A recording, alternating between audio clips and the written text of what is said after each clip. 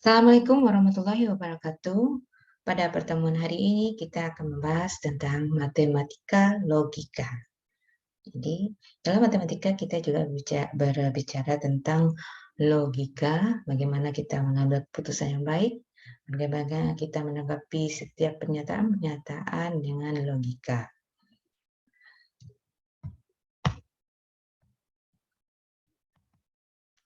Dasar matematika logika. Logika adalah ilmu berpikir dan menalar dengan benar. Jadi secara bahasa logika berasal dari kata logos yang artinya kata, ucapan, pikiran secara utuh atau ilmu pengetahuan. Secara istilah, logika adalah cabang ilmu mempelajari penurunan-penurunan kesimpulan yang valid atau benar dan yang tidak valid atau tidak benar. Jadi kita nanti bisa membedakan mana satu pernyataan yang benar, mana yang tidak benar. Pernyataan. Pernyataan adalah suatu kalimat yang bernilai benar saja atau salah saja dan tidak bernilai keduanya sekaligus. Jadi pernyataan ini merupakan apakah dia pernyataan itu benar atau salah. Ini hanya salah satu, dia mempunyai sifat salah satunya. Kalimat pernyataan dapat dibagi menjadi dua. Satu, kalimat pernyataan tertutup merupakan kalimat memiliki nilai kebenaran yang sudah pasti, apakah nilainya benar saja atau salah saja dan tidak dapat diubah. Jadi pernyataan ini maksudnya pernyataan ini sudah diketahui secara umum, sudah benar pernyataan tersebut sudah dibuktikan kebenaran atau ketidakbenarannya. Contoh, semua orang akan mati. Ini adalah pernyataan tertutup yang dinilai benar. 2, gula itu manis. Pernyataan tertutup yang dinilai benar. Kemudian 2 tambah 3 sama dengan 10. Ini pernyataan tertutup yang dinilai salah. Jadi kesimpulannya bahwa A dan B memiliki nilai benar, sedangkan C memiliki nilai salah. Ketiga kalimat di atas merupakan pernyataan tertutup karena nilai kebenarannya sudah pasti. Kemudian ada kalimat pernyataan terbuka. Kalimat yang belum pasti nilai kebenarannya atau relatif. Kadang-kadang untuk orang tertentu pernyataan tersebut udah benar, tetapi orang lain belum tentu benar, gitu ya. Jadi ini pernyataan terbuka. Jadi mungkin saja seseorang menganggapnya itu baik, orang lain menganggapnya tidak. Contohnya mie ayam itu enak. Nah, rasa itu setiap orang berbeda-beda. Orang Jawa, orang Padang itu mempunyai rasa yang berbeda. Orang Padang dia suka pedas, orang Jawa suka manis. Nah, jadi enak itu tidak selalu sama untuk semua orang. Jadi pernyataan ini pernyataan terbuka. Wanita itu ramah dan santun. Semua kera yang ada di Ragunan bebas dari virus Ebola yang mematikan. Ini belum tentu ya. Semua mahasiswa UNIDA yang membawa mobil adalah orang kaya. Ini belum tentu juga ya. Kuliah dari hari Sabtu itu menyenangkan. Ada yang menyatakan menyenangkan, ada juga yang tidak. Gitu ya. Jadi ini pernyataan-pernyataan terbuka. Jadi jawabannya mungkin ada orang yang menganggapnya benar, ada orang menganggap, sebagian orang menganggapnya tidak benar. Kalimat tanya. Kalimat perintah dan kata seru itu bukan merupakan pernyataan. Jadi tidak dapat dinyatakan kebenarannya. Jadi dia masih berupa belum suatu pernyataan, ya. Kalimat tanya, kalimat seru, ya, kalimat perintah. Contohnya, apakah kamu mencatat? Apakah mahasiswa sedang mendengarkan? Jangan tidur di kelas. Berarti ini perintah ya. Wow. Jadi kata-kata seperti ini bukan merupakan pernyataan. Latihan. Coba. Manakah di antara kalimat berikut merupakan pernyataan? Coba kalian tebak ya untuk latihan 1 ini. Kemudian operator logika. Operator logika ini terdiri dari negasi, atau disebut juga ingkaran, 2 konjungsi, 3 disjungsi, 4 implikasi, dan 5 bi-implikasi. Ini operator dalam logika. Pertama kita masuk ke negasi atau disebut juga ingkaran. Jadi ada yang menyebutnya negasi, ada ingkaran. Jadi artinya sama. Negasi merupakan kebalikan dari pernyataan kebenarannya. Atau ingkaran ditandai dengan pernyataan tidak benar bahwa, atau pernyataan kalimat kata-kata bukan, tidak, dan ditafsirkan sebagai tanda seperti ini ya. Ada tanda kurang atau seperti ini, kurang tapi patah ke bawah ya. Ini pernyataan dari negasi atau ingkaran. Misalnya ada kalimat pernyataan Andi berjalan menuju barat ya. Jadi ingkarannya adalah tidak benar bahwa Andi berjalan menuju barat. Itu kalimatnya. Atau Andi bukan berjalan menuju barat. Atau mungkin ada bisa juga membuat Andi tidak berjalan menuju barat. Ini nanti disimbolkan dengan ingkaran dari P ya, atau negasi dari P. Jadi sebelum P-nya kita simbolkan dengan tanda strip ini ya. Nah, ini bentuk dari negasi. Jadi negasi adalah sesuatu yang kebalikan dari pernyataan yang sebenarnya. Kemudian konjungsi merupakan suatu pernyataan majemuk. Jadi pernyataannya ada 2 yang dibentuk atau lebih ya, yang dibentuk dari 2 pernyataan tunggal dengan operator logika dan dilambangkan dengan seperti tanda segitiga. Di bentuk konjungsi ini dapat juga dibaca sebagai misalnya ada pernyataan P dan pernyataan Q, kita konjungsikan, maka kata dan yang kita gunakan, maka bisa kita menjawab P dan Q, P tetapi Q, P meskipun Q, P walaupun Q. Ya, ini kata-kata konjungsi. Jadi nanti ini pernyataan konjungsi yang kita lambangkan seperti ini ya. Jadi dalam matematika biar mudah ya saja dirumuskan dengan P konjungsi Q dan Q ya. Jadi ini ada beberapa tabel dari kebenaran konjungsi ya. Misalnya ada pernyataan P dan Q, kemudian P konjungsi Q atau P dan Q. Jika pernyataan P benar, kemudian Q benar, maka konjungsinya adalah benar. Kemudian jika P benar dan Q salah, maka konjungsinya salah. Ya, jadi nanti kalimatnya nanti salah artinya. Jika P salah dan B benar, konjungsinya juga salah. Kemudian jika P salah dan Q salah, maka nanti konjungsinya salah. Jadi dalam konjungsi itu, jika benar kedua-duanya, maka dia baru bernilai benar konjungsinya. Ya. Jadi kita bisa melihat dari contoh seperti ini. Ambilkan pisau dan garpu ketika ingin makan steak. Ya.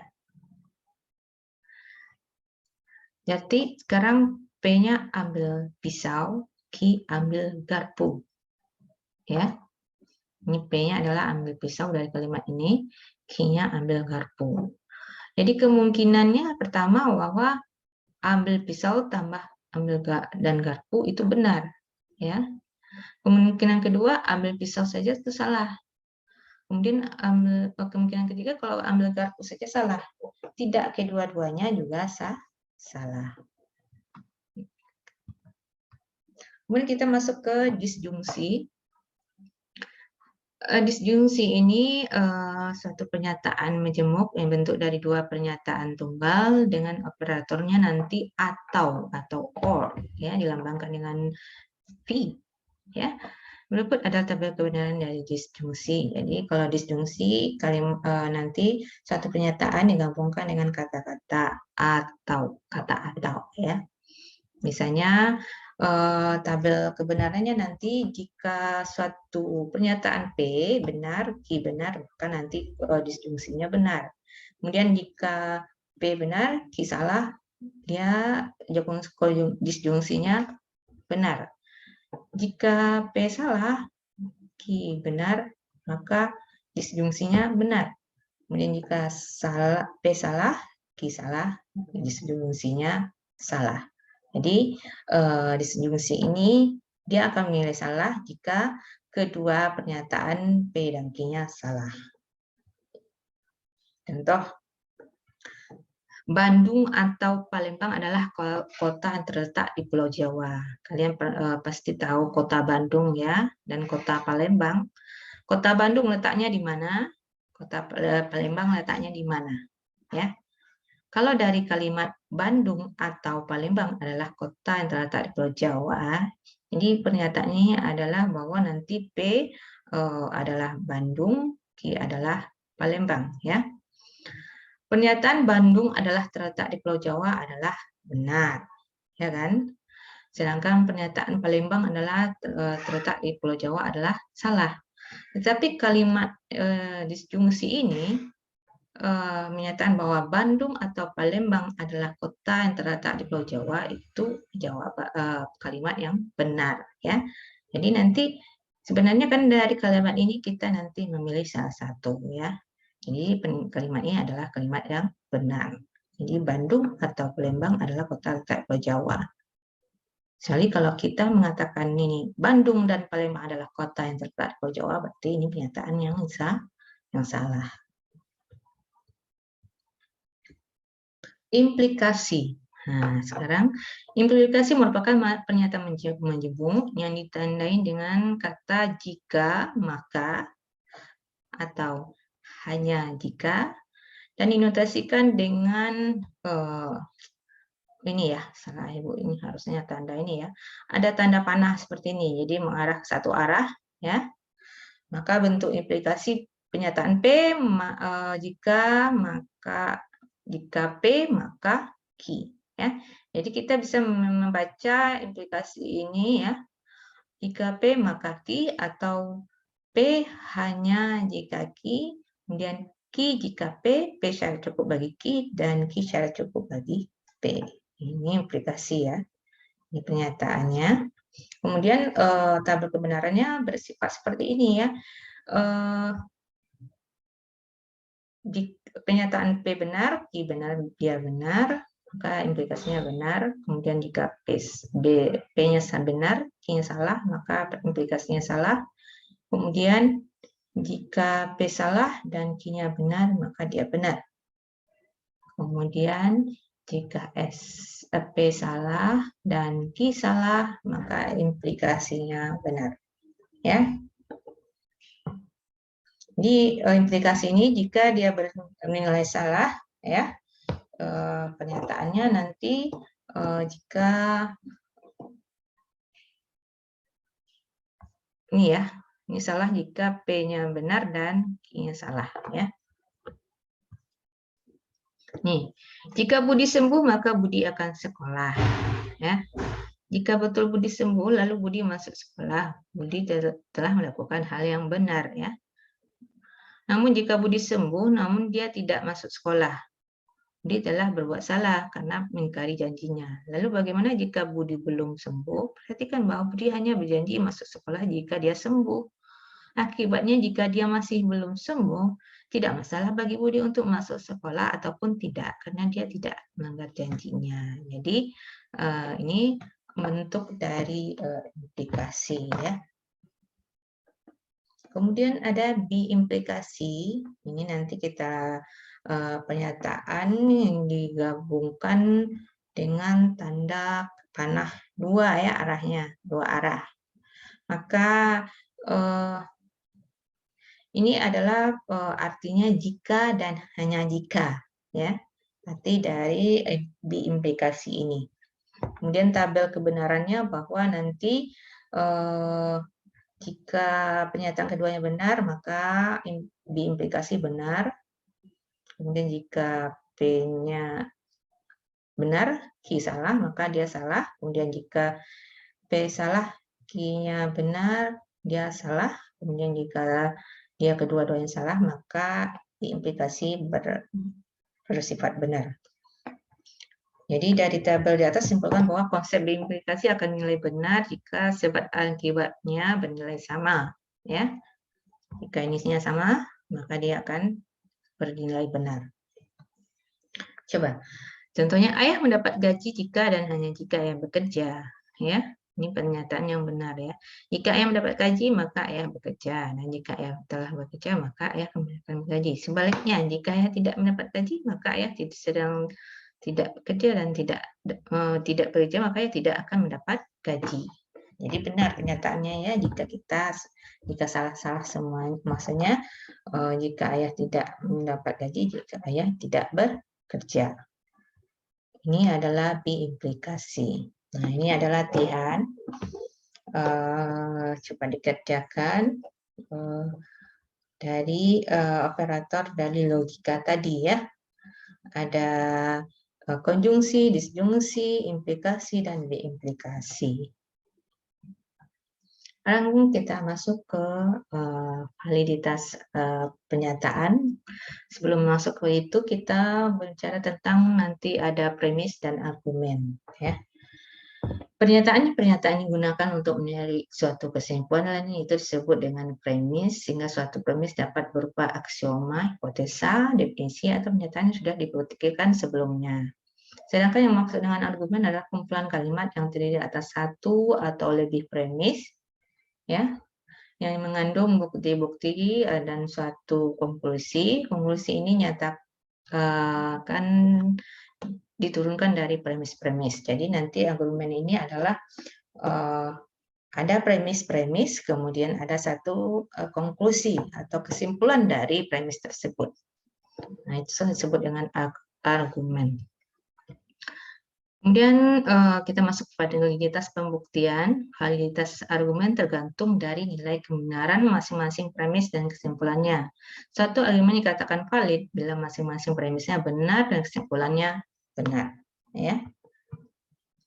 Nah, jadi dalam menentukan validitas dari pernyataan ada modusnya ya, yaitu rumusannya. Pertama kita sebut dengan modus ponen. Misalnya ada rumusan seperti ini ya. Premis satunya ada P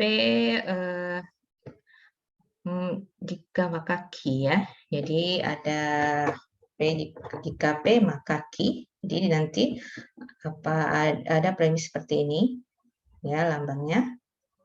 Jadi implikasi ya. Jadi ini implikasi bahwa jika P maka Q. Kemudian premis kedua ada pernyataan P saja.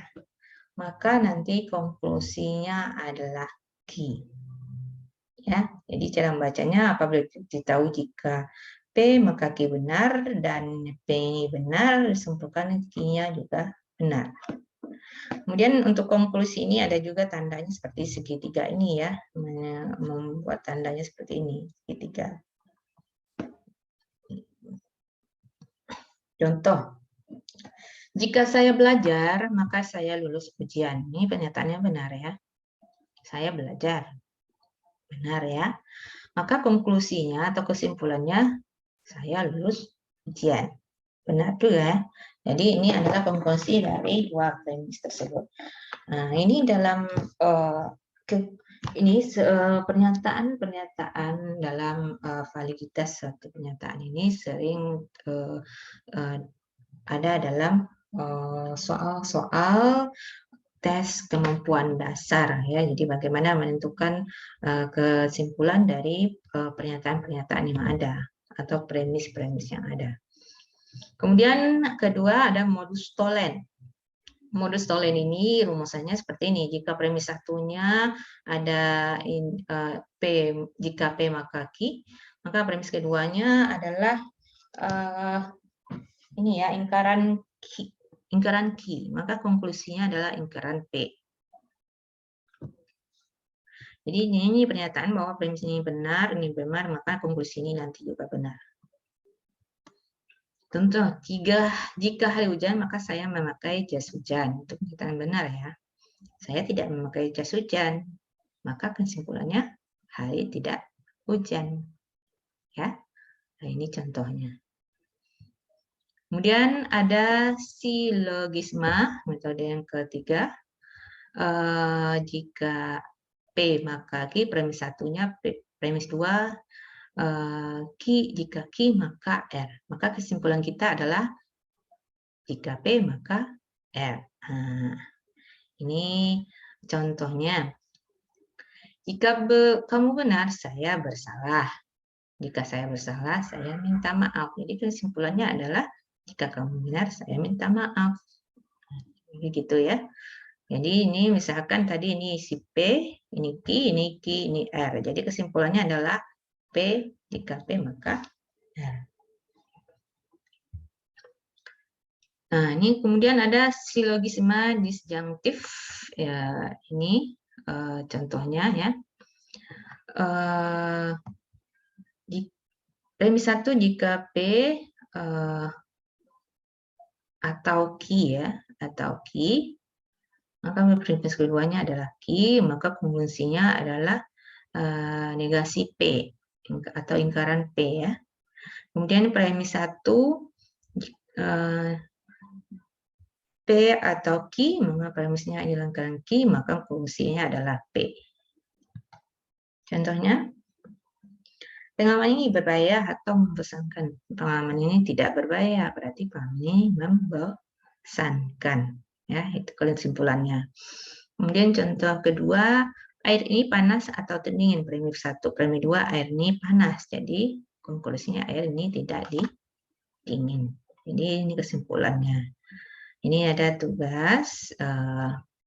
Coba tentukan kesimpulan validnya ya. Bagaimana menentukan kesimpulan yang benar dari pernyataan tersebut akan menggunakan metode modus-modus ya. Cara-cara menentukan kesimpulan tadi. Ini ada 10 soal, silakan buat ini ya. Nah, ini contoh 10, ini ada 3 ya contohnya ya. Maka kalian bisa membuat nanti kesimpulan seperti apa nanti dari pernyataan-pernyataan berikut. Ya, ini pernyataan materi tentang matematika, logika matematika. Jika ada pertanyaan nanti bisa ditanyakan lewat WA Group. Saya sudahi materi hari ini. Assalamualaikum warahmatullahi wabarakatuh.